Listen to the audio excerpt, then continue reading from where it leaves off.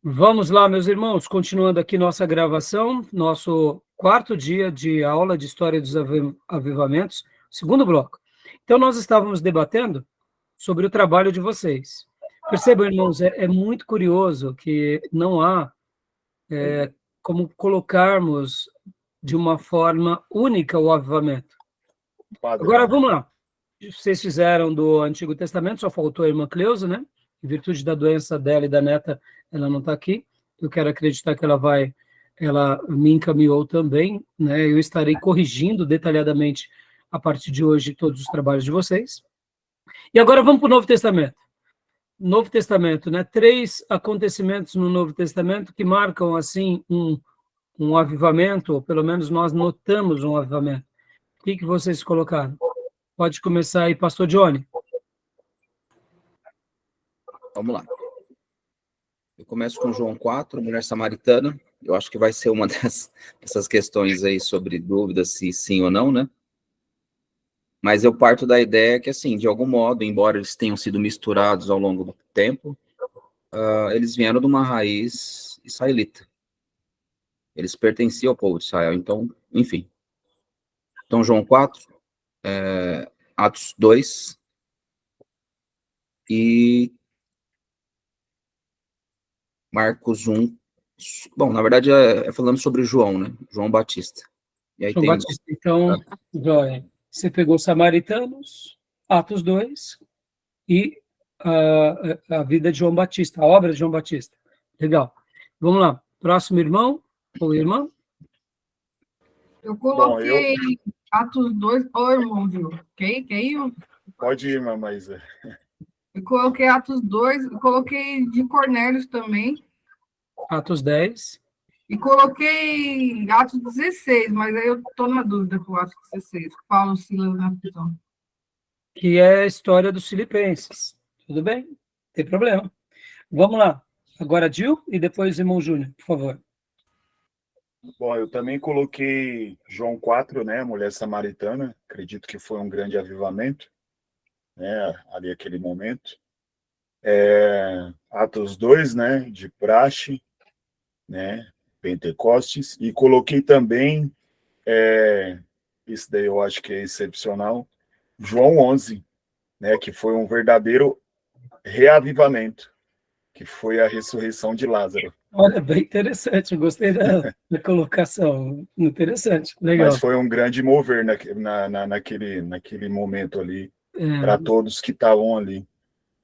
Foi uma coisa inusitada e podem ver que muitos judeus se convertem. Sim.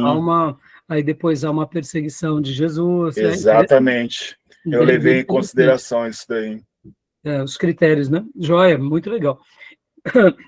Júnior? Eu coloquei João 4, né, mulher samaritana, e coloquei, acho que foi Mateus 13, quando Jesus inicia o seu ministério. Terra Zebulon, Naphtali, o povo que andava nas trevas, aquela citação de Isaías, né, que Jesus começa. E coloquei Atos 2, né, Atos 2. Esses três. E quando eu peguei de Mateus, embora tenha os evangelhos, mas eu pego que esse avivamento acontece com Jesus o tempo todo, né? Que é ensino, milagre, cura, multiplicação de pães, enfim, ele se estende e depois termina com Jesus e depois retoma com Atos. Joia. Meus irmãos, muito bom. Você vê que agora fica um pouco mais fácil o Novo Testamento, porque o Novo Testamento é a história, em tese, praticamente, do avivamento quase que contínuo. Se nós pegarmos o Novo Testamento com alguns cortes, por exemplo, no nascimento de Jesus, ali há uma manifestação sobrenatural. Mas até mesmo no nascimento de Jesus, magos vêm do Oriente, vêm para adorar o rei pela palavra. É um cortejo muito grande, andam possivelmente mais de 2 anos. Há um fenômeno natural, possivelmente houve uma supernova que os astrólogos aguardavam o sinal dos céus, houve o sinal dos céus, eles vão então, seguindo a palavra, segundo as semanas de Daniel. Ou seja, ali o nascimento, não com o povo propriamente dito, mas com o povo de Deus gentil, que era prosélito. Mas depois do nascimento, a gente não tem muitos detalhes, nos 12 anos também, só tem aquele episódio, né, do Bar Mitzvah, e depois com João Batista. Ali com João Batista, eu gostei da ideia do ministério de João Batista, porque o ministério de João Batista foi atípico também, porque ele é um pregador, uma voz que prega no deserto, e as multidões vêm a ele, ele batiza as multidões, ele entende a vocação de Deus, ele entende que ele é o cumprimento do profeta Isaías, ele prepara o caminho, ele deixa tudo pronto. Se não é um avivamento propriamente dito, ele prepara o avivamento. Então, são sinais assim muito fortes, né? João Batista, se colocássemos, eu particularmente enxergo que o ministério de João Batista foi um ministério que também houve essa retomada. As características que nós apontamos há pouco passam a ser mostradas por meio dele. É interessante que Zacarias e Isabel eram fervorosos, João Batista nasce, mas João Batista vê acontecer algo notável. Veio o ministério de Jesus. Poderíamos resumir que todo o ministério de Jesus foi o avivamento em grandes dimensões. Canaã da Galileia, samaritanos, as terras de Zebulon, Naftali, ou seja, de fato é surpreendente. De fato Então, se alguém colocasse que todo o ministério de Jesus foi um poder sobrenatural e a manifestação do avivamento, não estaria errado. Mas eu gostei dos cortes em que vocês enxergaram, dos samaritanos, da mulher samaritana, que ela teve ali, naquele momento, uma redescoberta com quem? Com a própria palavra. Jesus é a palavra encarnada, né? Então, é fantástico, porque depois Jesus passa alguns dias nos samaritanos e eles se convertem, mas o propósito era com os judeus, né? Então, assim, vocês foram muito felizes nos cortes, eu gostei bastante, eu achei bastante interessante que, percebam, irmãos, a citação do Gil, colocando o episódio da ressurreição de Lázaro, é muito curioso, porque por meio daquele milagre, muitos judeus se convertem. Mas olha só o contexto. Como no Novo Testamento temos mais detalhes e temos várias observações, tanto dos evangelistas, depois também dos escritos paulinos, petrinos, fica claro que a perseguição não para por causa de Jesus, nem por causa da igreja. A perseguição vem, homens malignos vêm, Satanás se levanta, ou seja, não é o fato de ter um avivamento que há uma redoma protetiva ao povo de Deus. Sobre o Velho Testamento, alguns alunos muitas vezes colocam o ministério de Davi também como um período de avivamento, que é bem significativo. Colocam também o momento, os 20 primeiros anos de Salomão, que também é outro momento de apogeu, não só de edificações, de construções, mas de presença de Deus, de nações vindo até Israel para adorar a Deus, né? A gente vê o caso, inclusive, da rainha etíope. A gente vê também no Velho Testamento o rei Ezequias, o rei Uzias, o próprio Josafá. Ou seja, existem vários acontecimentos que a gente pode colocar como períodos de avivamento. E como foi colocado também Neemias, Esdras.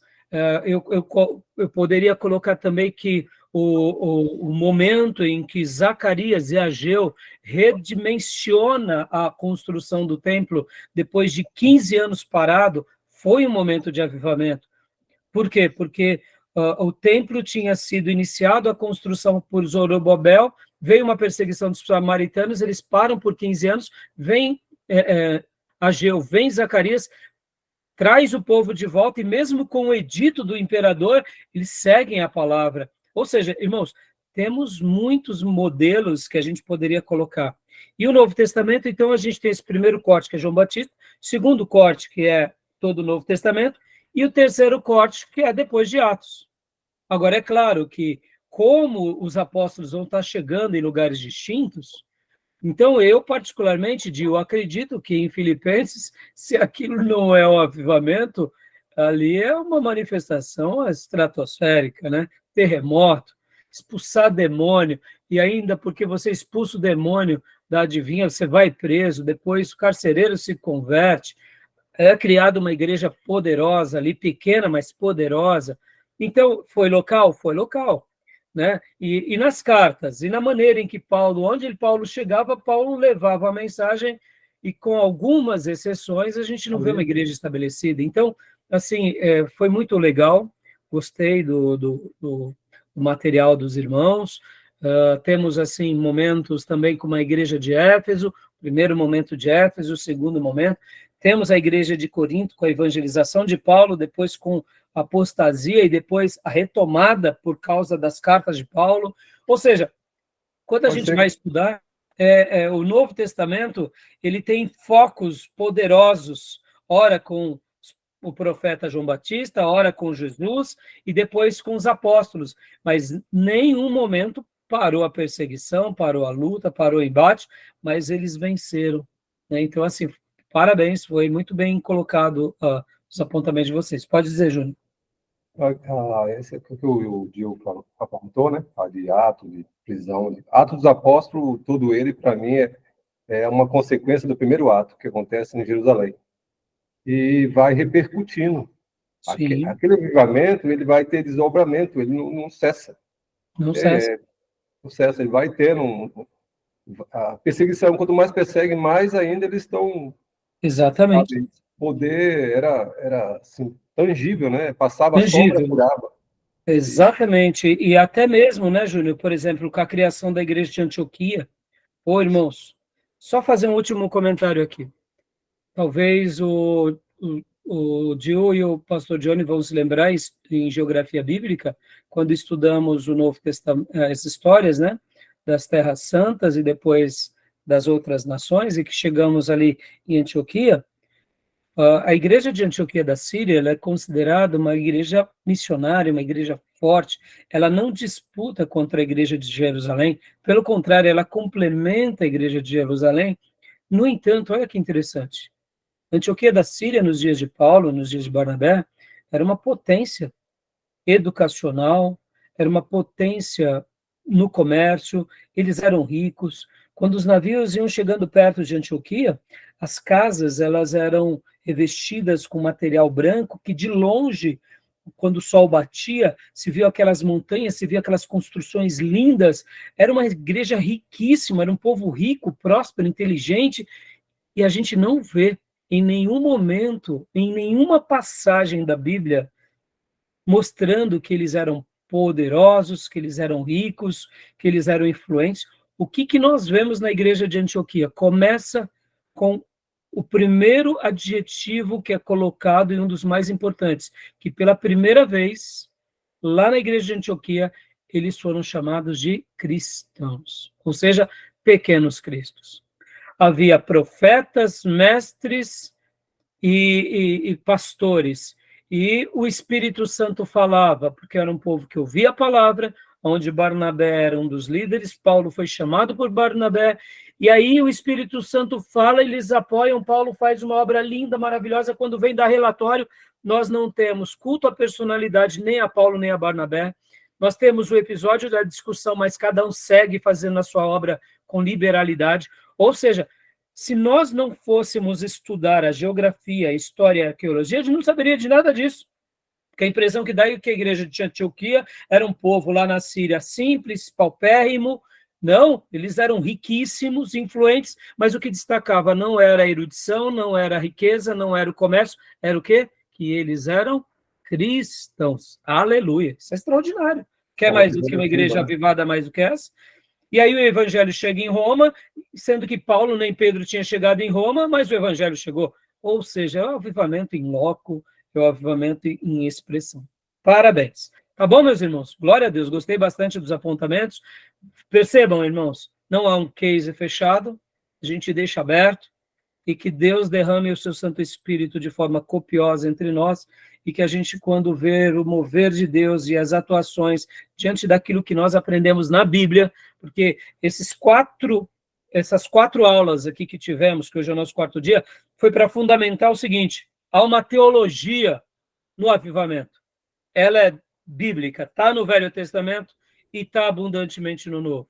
E a partir de hoje a gente vai ver na história. Tá bom, meus irmãos? Beleza? Fechou?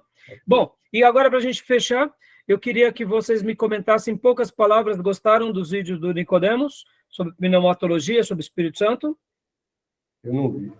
Não viu? Então era o prazo hoje, tá, Júnior? Para esses 2 vídeos. Mas você pode vê-los, que eu considero uma nota inferior, é óbvio, até o final do módulo. Porque fora os 2 vídeos do Nicodemos, eu passei mais 10 vídeos para vocês, para ser entregue até o final do módulo. Lembrando que nós temos ainda mais 6 encontros. Então, corram com os vídeos, tá bom?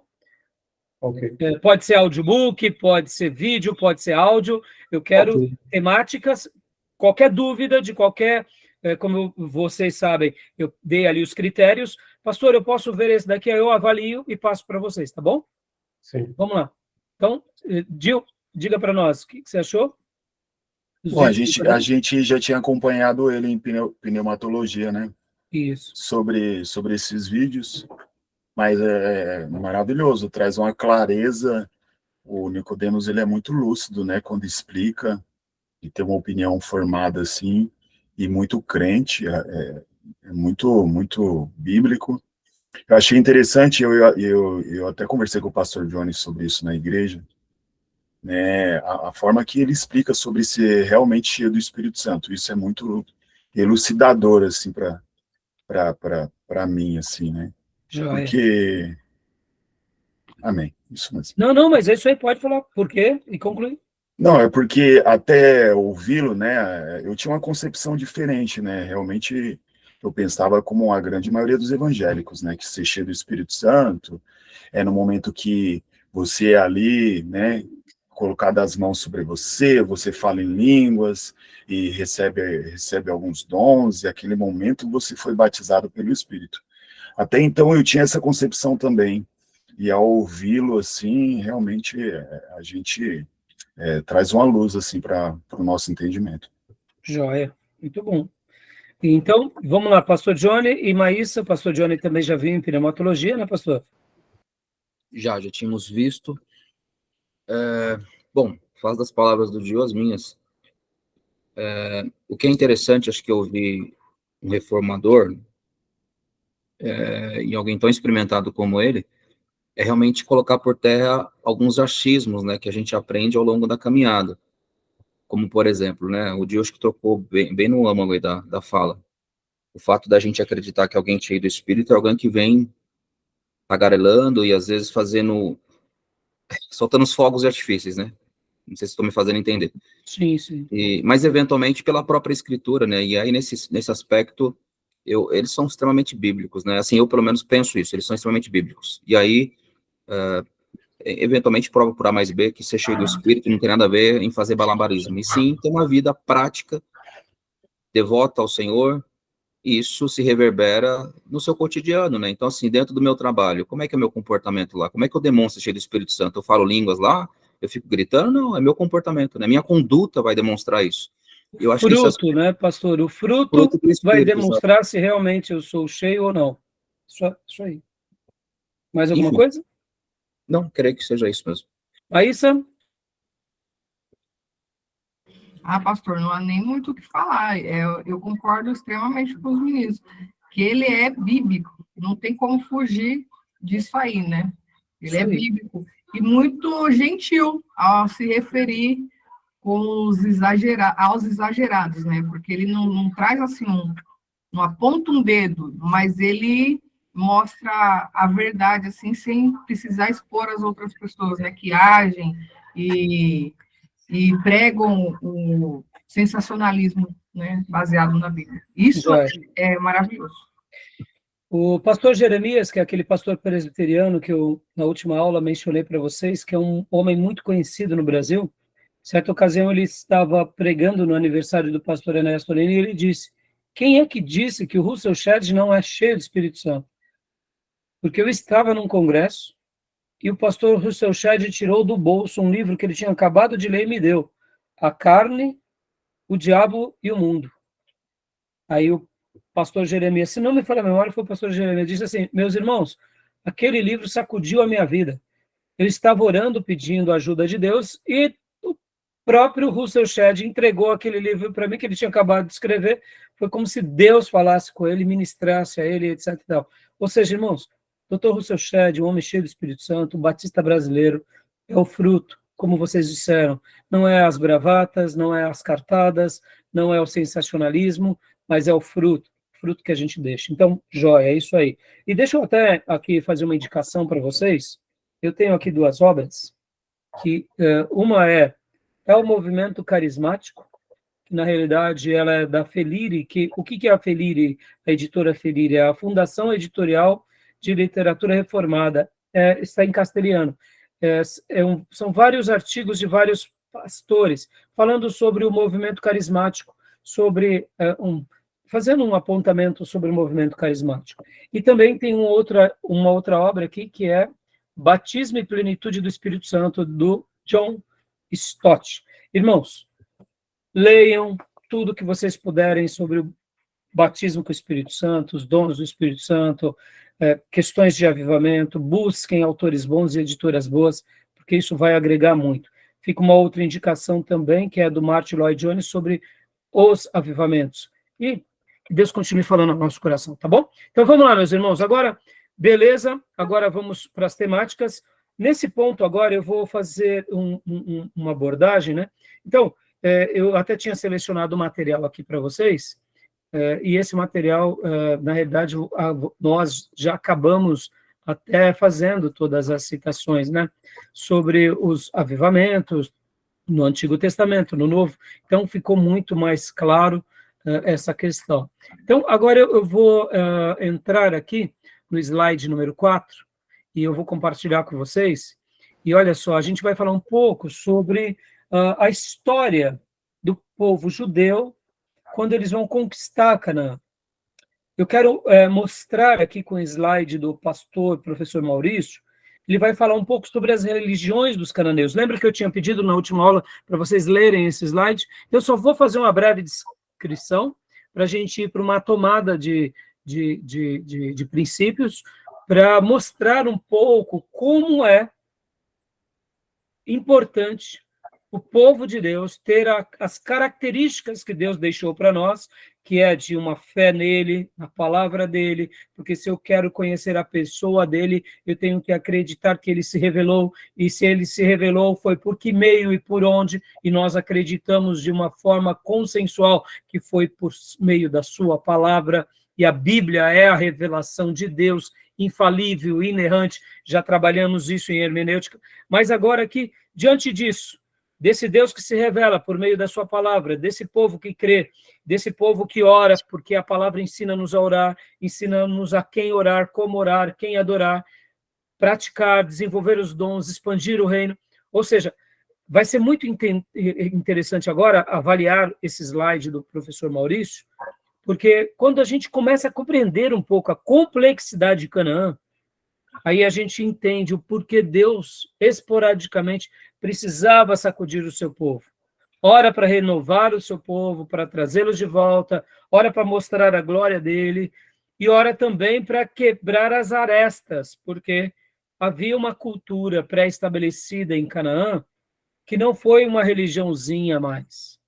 Foi uma religião muito bem estruturada, por séculos, ou seja, desde os dias em que Deus tinha dado Canaã para Abraão, aquelas nações em Canaã faziam parte também da temática de Deus para que Deus alcançasse.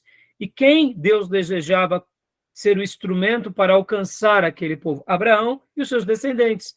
Então, a vontade de Deus era alcançá-los. A vontade de Deus era fazer com que a glória de Deus, que tinha sido revelada a Abraão, também chegasse nos cananeus. E esses slides agora, a gente vai começar a fazer essa avaliação, mostrando que aquela cultura cananeia, ela já tinha ali vários séculos sendo expandida entre os cananeus, E aquilo fazia parte da cultura deles a tal ponto, irmãos, que muitos cananeus, quando eles iam construir uma casa, eles sacrificavam, junto com os alicerces e com os umbrais da porta, eles sacrificavam seus próprios filhos. É uma coisa diabólica, maligna, satânica, mas eles tinham práticas, assim, das mais vis às mais cruéis. Então, quando Deus permite com que Josué vá lá e conquiste Canaã, na realidade, ali já foi o juízo de Deus, mas o remanescente, Deus sempre quis salvá-los. E mesmo com que permanecesse ainda um grupo, esse grupo, eles estavam tão enraizados nos seus conceitos que algumas décadas depois continuavam influenciando o povo de Deus para que voltasse ao paganismo, voltasse à adoração a Baal. Podem ver que depois de praticamente quase 700 anos, Deus precisou levantar Elias. Deus precisou levantar Elias para que Elias fosse a voz lá na tribo do norte contra os profetas de Baal. Por quê? Porque o culto a Baal retomou, o culto a Será retomou, ou seja, olha que complexidade. Então, quando a gente olha um pouco o pano de fundo dos cananeus, aí a gente fala, entendo. Agora fica mais claro o porquê Deus esporadicamente precisava fazer um avivamento. Então, vamos para esse slide, tá bom? Vamos lá?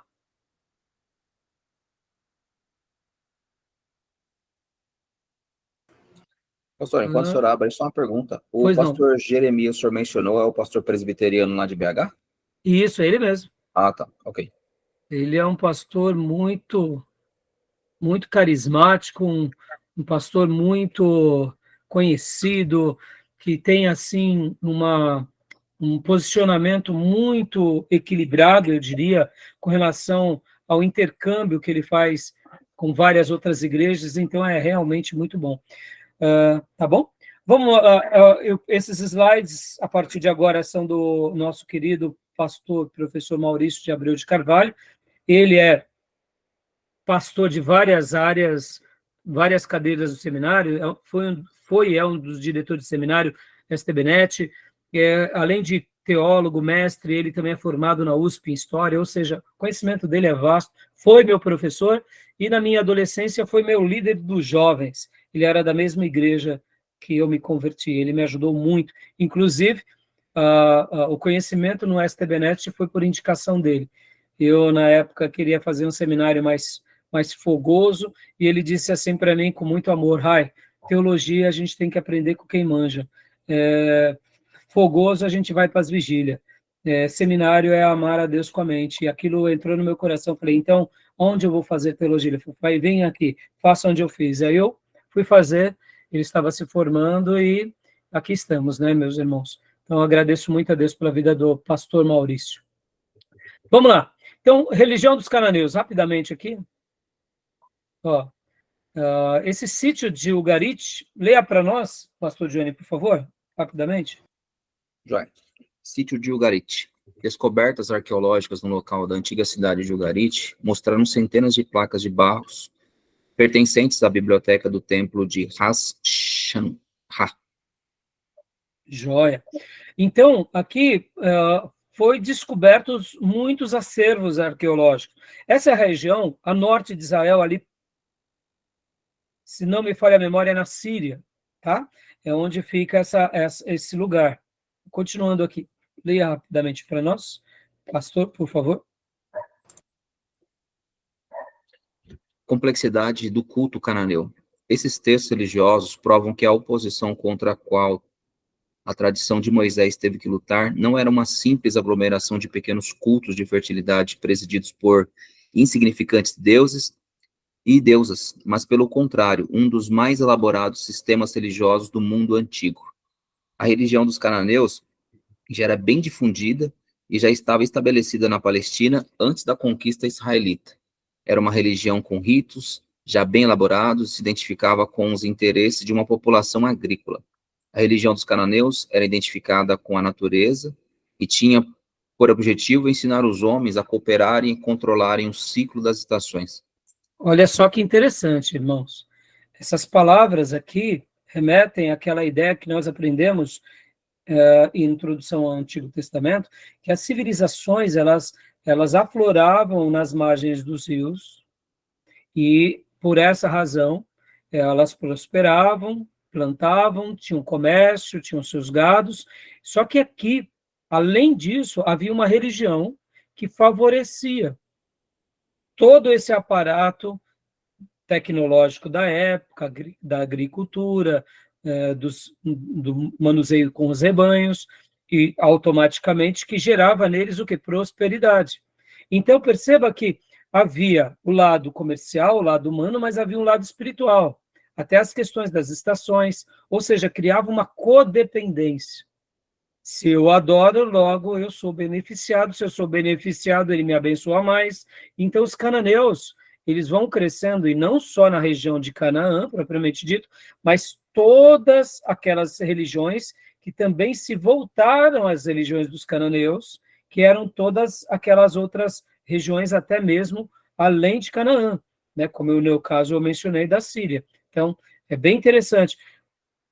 Quando Moisés e a tradição de Moisés vão ali estabelecer as bases para o Deus único e verdadeiro, não só foi o monoteísmo que foi aviltado ou que teve oposição, foi todo um sistema de religiões que estava mesclada à economia, que estava mesclada à prosperidade, ou seja, havia um embate muito grande, muito intenso. Então, aqui a gente começa a ver o quanto o povo de Deus, eles precisaram se posicionar guardando a palavra de Deus, não se deixando levar nos momentos de crise. Podem ver que o povo de Deus, na história dos juízes, que são mais de 300 anos de história, eles viviam em ciclos. Ora obedecia a Deus, Deus prosperava, e quando desobedecia, o inimigo prevalecia. E ainda no período dos juízes, temos aquele episódio em que Noemi e o seu marido vão para uma outra terra, vão para Moabe, porque estavam passando fome. Então, quando nós lemos a Bíblia, numa primeira perspectiva, achamos que passaram fome, foram para Moab. Mas, irmãos, passar fome em Canaã era ser testado ali em tempo real, porque bastava você adorar Baal, que Baal era o Deus da prosperidade.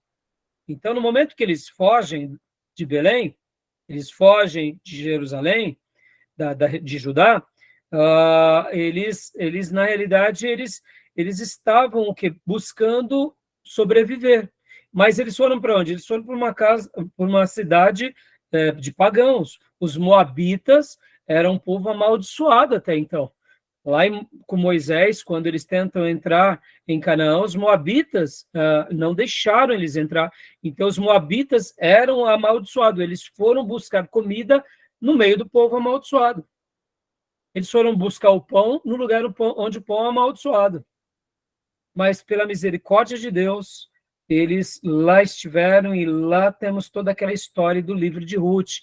Ruth era uma moabita, ela quebra o jugo da maldição. E aqui, mais uma vez, como é lindo conhecer a Bíblia, né, amados? Porque quando a gente conhece a Bíblia, não há maldição com aquele que crê.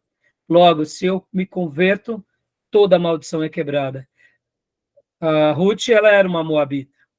Mas no momento em que ela crê no Deus de Israel, que ela faz aquela declaração para Noemi: o teu povo é o meu povo, o teu Deus é o meu Deus, e aonde você fores, irei, aonde você pousares, pousarei, porque é assim que eu vou viver, do teu lado, porque eu conheci o teu Deus. Ou seja, entendemos que Deus permitiu com que Noemi, o seu marido e os filhos fossem para Moabe, para que agora, por meio de uma moabita, aquele povo que era oscilante aprendesse o que é a verdadeira fé em Deus.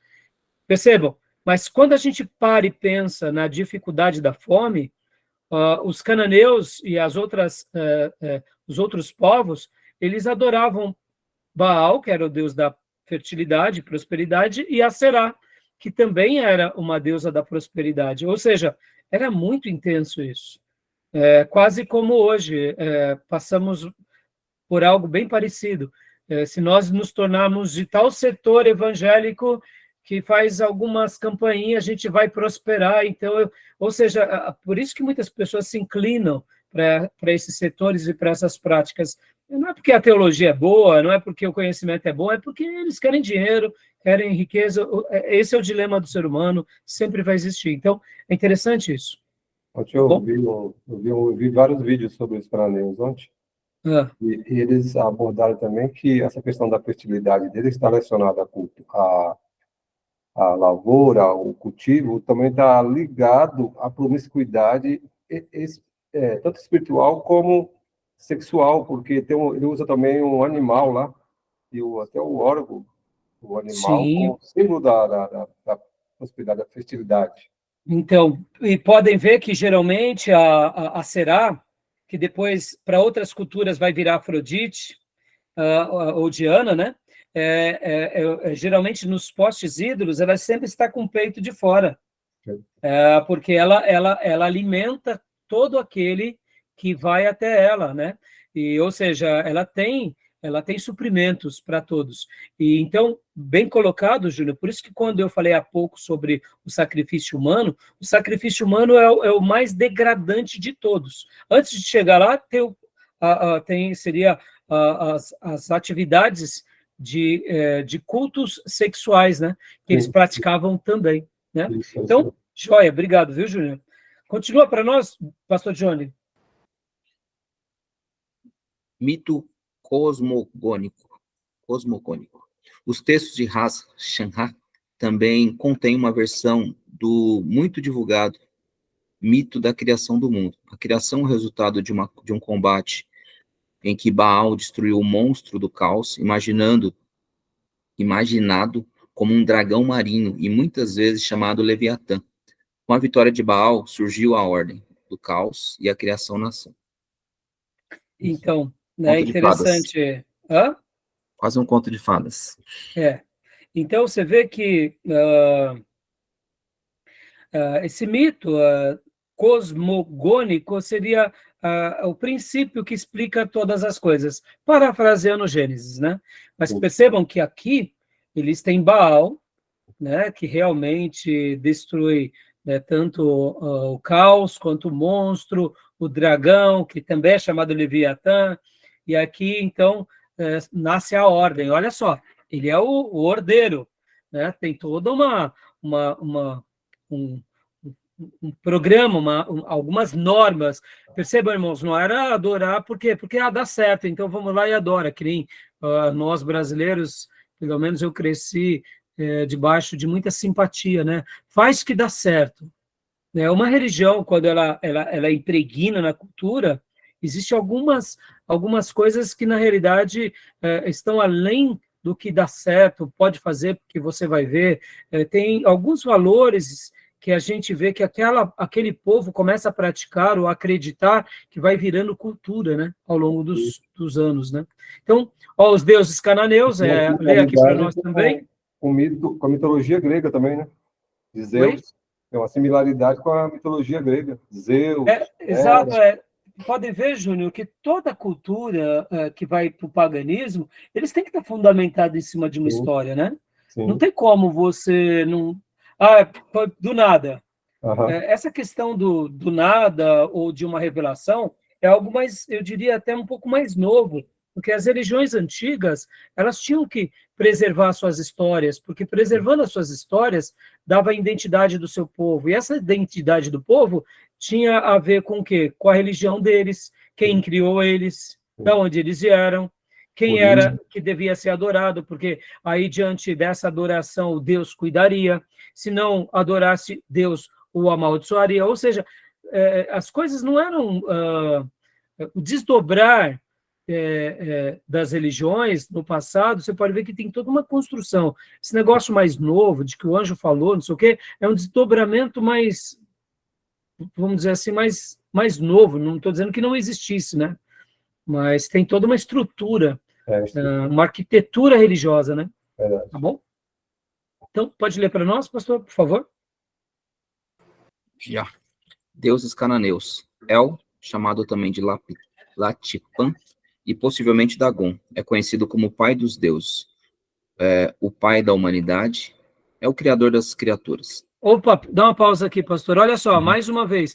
Lembram de Dagon? Dagon era deus de quem, irmãos? Filisteus, né? Exatamente. Mas aí nós aprendemos Oi? Sansão destruiu o templo de Dagon, né? Então, Exatamente. Dagon era o grande deus dos filisteus. Os filisteus eram cidades-estados, onde tinham 5 governadores. Os filisteus possivelmente vieram do Mediterrâneo, possivelmente vieram dos gregos, daquela região, né, da Macedônia, que em algum momento da história se estabeleceram e lá ficaram. Mas perceba que também havia uma influência entre a cultura e a religião dos cananeus com o Deus dos filisteus. Ou seja, vai se sedimentando, né? Possivelmente Dagon, né? Então é interessante, né?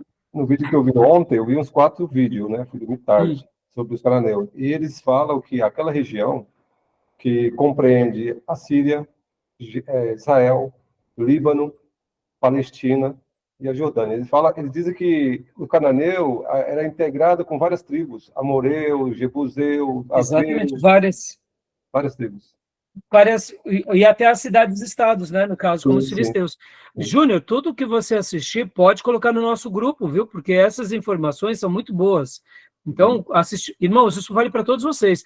Assistiu algo legal, algo que tem a ver com a matéria, ou mesmo que não tenha, mas que vai ser de agregar de alguma forma, coloca no grupo, porque os irmãos podem estar assistindo enquanto dirige, enquanto lava a louça, as irmãs. Muito bom. A origem, por exemplo, de cananeu vem de Canaã, neto de Noé, filho de Cão. Então, é muito legal os vídeos. Ele vai exatamente. Trazendo e Cão é aquele que foi amaldiçoado, né? Entendeu? Então, a gente começa a ver uma correlação, né? Bom, e a cultura também, falava que a cultura da época, eles amaldiçoavam o neto e não o filho. Por isso que o Noé fez aquilo. Em vez de ser o filho, ele fez ao neto, né? O Cão fez a Canaã. Esse detalhe eu não sabia. Segundo o vídeo lá. Interessante. Então, continua aqui para nós, pastor, por gentileza. Sim, com certeza. Vamos lá. Atirat, não sei se a pronúncia está correta. Atirat. Arshehá. Ashtartian. A senhora do mar, amante de El, teve muitos filhos com ele.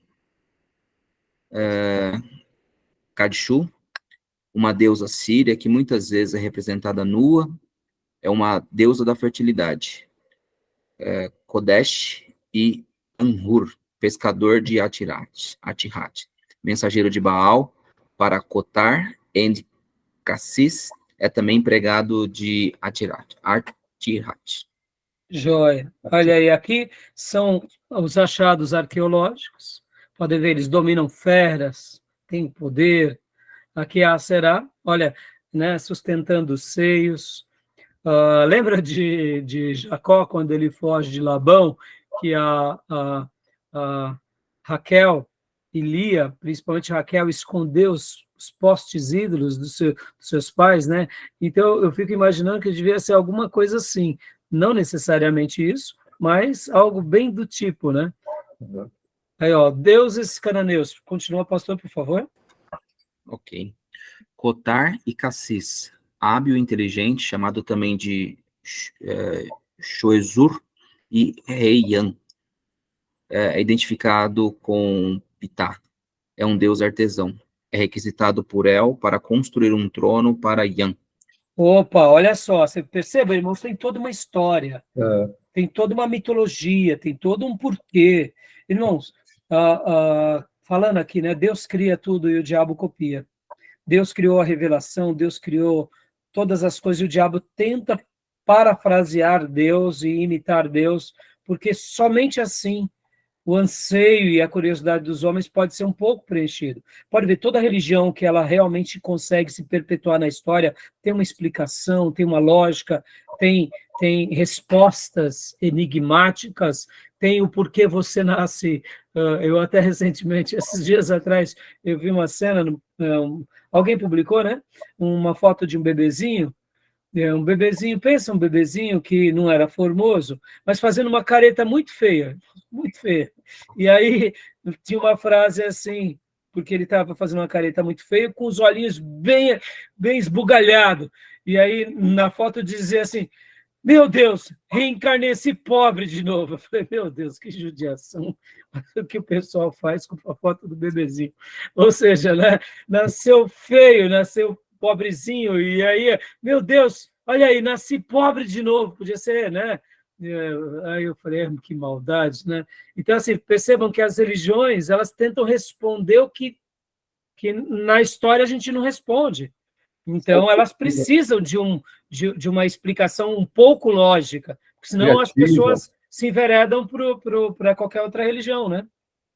Bem criativa, né? Exatamente. Então, pastor, pode continuar lendo, por favor? Joia. E Shacar, amanhecer, e Shalim, ocaso. Filhos gêmeos de El com Atihar. Próximo, por favor. Baal, chamado também de Baal, Zefon, ou Safon, né? Haddad, Pidar e Rapil, filho de El, é chamado de o Deus da fertilidade, o cavaleiro das nuvens, o Deus do relâmpago e do trovão. É o príncipe e o senhor da terra, o mais poderoso dos guerreiros, senhor do céu e da terra. Alalá, Alacá. Tem um palácio no monte Zefon, sua voz é um trovão, quando abre os alçapões das nuvens, a chuva cai para dar vida à terra. Olha só, né? Eu sei que os nomes são complicados, né, pastor e irmãos, mas, assim, é importante a gente saber um pouco desses detalhes para que a gente possa compreender a complexidade. Aqui, alguns achados arqueológicos sobre Baal. Então, imagina o que isso representava para aquele povo. Mais uma vez, né? Era o Jesus deles, né? Hã? Era o Jesus deles, né? Não, é praticamente o eu sou que sou deles, né?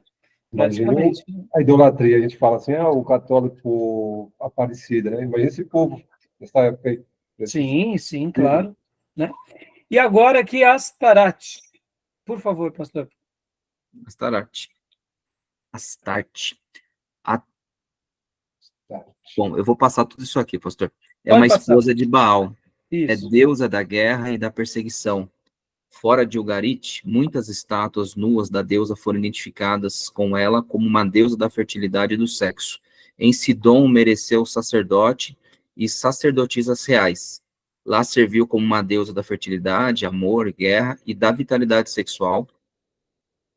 E até para esse fim, teve prostitutas sagradas. Era a grande deusa dos fenícios e foi identificada como Afrodite pelos gregos. Contém a fúria de Baal quando pretende atacar os mensageiros de Ian. Olha aí. Então, perceba, irmãos, é a prosperidade, a fertilidade. Se você adorar, perceba, irmãos, sempre buscando algo para acrescentar à nossa vida e nos fazer viver uma vida cada dia melhor. O diabo muda-se a roupagem, muda-se o cenário, mas a história continua a mesma, né? Pode ver. Interessante, né? Tudo isso te darei, se prostrado me adorar, né? Então... basta você acender umas velhinhas e fazer o que eu quero, tá tudo resolvido. Olha ela aqui, mais uma vez dominando as feras, controlando com os seus seios, demonstrando a sua vitalidade, demonstrando a sua grandeza, né? E aqui, os pés dela naquela imagem ali são caveiras? Então, eu acabei não pesquisando, pastor, mas eu cheguei à mesma impressão. Eu ia até mencionar, enquanto eu preparava a aula de vocês, eu ia até pesquisar essa foto, acabei me esquecendo, mas eu deduzo pela fisionomia, principalmente dessa que está à esquerda de você, pelo menos minha esquerda aqui, onde eu estou passando o mouse, ela pisoteia a cabeça, eu deduzo de quem? Dos inimigos, né? Aqui não dá uma clareza. Você pode ver, ela está sobre os inimigos, e os inimigos se tornam o quê? Viram estrado dos pés, como caveiras, porque, afinal de contas, ela é poderosa, ela é viril, ela tem ela tem o favor de Baal, e agora nota, irmãos, os cinícios, os círios, a questão do culto promíscuo, até mesmo, como foi lido aqui, a questão de sacerdotisas, né? Reais. Então, perceba que tudo isso está mesclado, irmãos. Tudo isso está mesclado, tá bom? Então, continuando aqui, pastor, para nós. Joia. Anat, a misericordiosa. Ela é irmã de Baal e a filha da divindade da guerra, da caça e da brutalidade. Ela é uma arqueira. Alguns textos perdidos relatam que matou Yan, o dragão, a serpente de 7 cabeças. Também destruiu Atik, Ishat e Zabib, todos os inimigos de Baal. Ou seja, olha, ela é misericórdia. Irmãos, ó, Deus copia, o diabo cria, Deus cria, o diabo copia. Olha aí, né? Muito interessante. E o culto cananeu, a gente está encerrando? Sim, os santuários fenícios eram construídos de preferência em lugares elevados. O templo consistia essencialmente em um recinto sagrado situado em pleno ar livre e possuindo ao centro uma capela ou uma pedra sagrada. Diante da capela ou da pedra havia um altar para o sacrifício. Uma fonte e um bosque completavam o ambiente. Joia. Continuando, por favor. Sim. Nesses templos existia um numeroso clero dividido em diversas categorias de acordo com a função desempenhada. Encontramos, assim, os adivinhos que proferiam oráculos, os barbeiros sagrados encarregados de cortar o cabelo dos que se dedicavam aos deuses, etc. O pessoal dos templos era completado pelos hieródulos dos 2 séculos que se dedicavam à prostituição sagrada. Conhecemos mal o funcionamento e a razão de ser dessa instituição, contra a qual a Bíblia e os escritores da igreja protestaram várias vezes. Essa palavra aqui, irmão, seriam os escravos que eram destinados ao serviço nos santuários e eles serviam aos deuses. Então, olha só que interessante. Né? Então, assim, além de toda os voluntários, os barbeiros, a instituição, os sacerdotes, havia os escravos que eram dedicados aos deuses que faziam tudo acontecer, porque, afinal de contas, tinha muito dinheiro, tinha muita prosperidade, tinha muita conquistas, e essa máquina tinha que girar, porque se não tiver recursos, como que você vai manter tudo isso de pé? Por isso que você tem esse culto da prosperidade, você tem essa busca, você tem a promessa de que se você adorar Baal, Aserá, você vai prosperar e percebam, irmão, a história se repete, né? Continua para nós, pastor? Pastor, você ia falar alguma coisa, Júnior? Horário, tá? Ah, tá bom, já vamos encerrar. Pode. Era sobre isso, Júnior?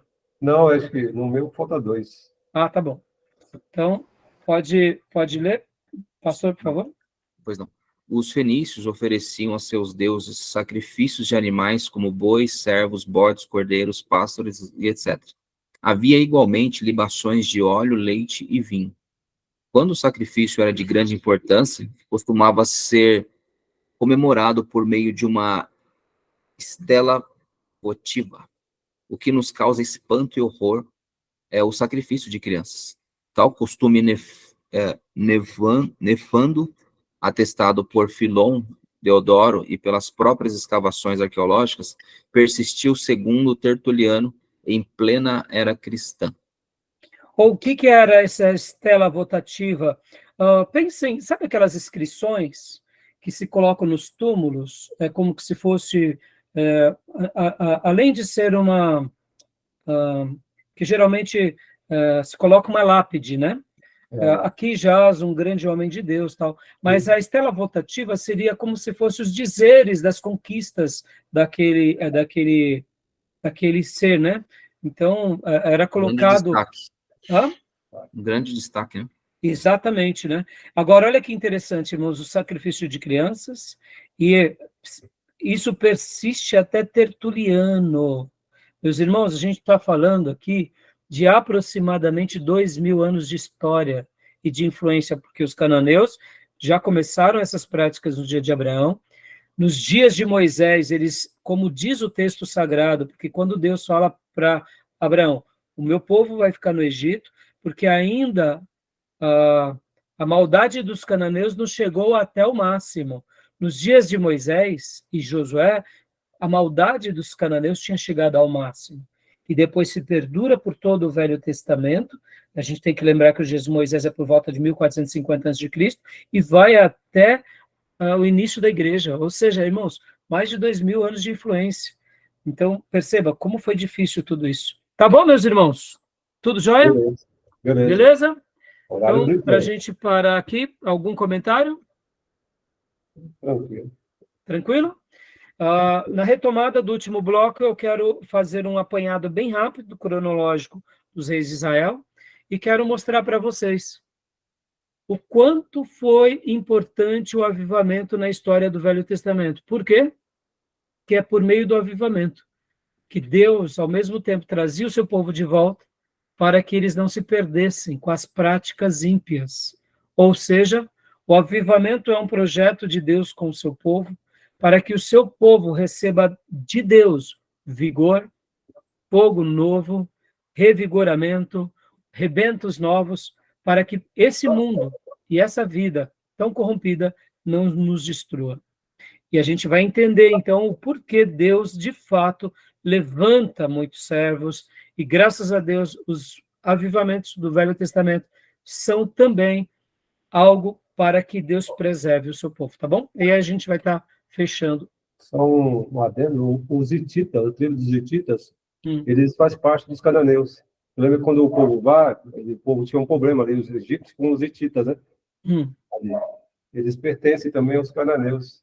Olha aí, tá vendo? Isso também não sabia, Júnior. No vídeo ontem eu vi tudo isso. Olha aí que legal, tá vendo? Obrigado por essas informações, porque elas nos acrescentam. Tá bom? Mas você vê, olha só a influência. Aí talvez você diga, pastor, mas não eram hititas? Sim. Não eram sírios? Eram. Não eram moabitas? Eram. Não eram cidades-estados? Eram. Jericó? Não eram, mas qual era a religião que predominava? Qual era o Deus que norteava cada uma dessas cidades-estados? Baal e Aserá. Interessante, não, irmãos? Pastor, e os egípcios? Não, os egípcios também, de uma forma ou de outra, foram influenciados por tudo isso. E é por essa razão também que Deus, num primeiro momento, queria só a saída do povo dele, mas já que eles quiseram uma maldade contra o povo de Deus, Deus teve que puni-los. Mas percebam, irmãos, é muito interessante tudo isso, tá bom? Então, vamos encerrar aqui a nossa gravação. Mais alguma pergunta, irmãos? Não? Então, eu vou fechar aqui para a gente ir para o último bloco, tá bom?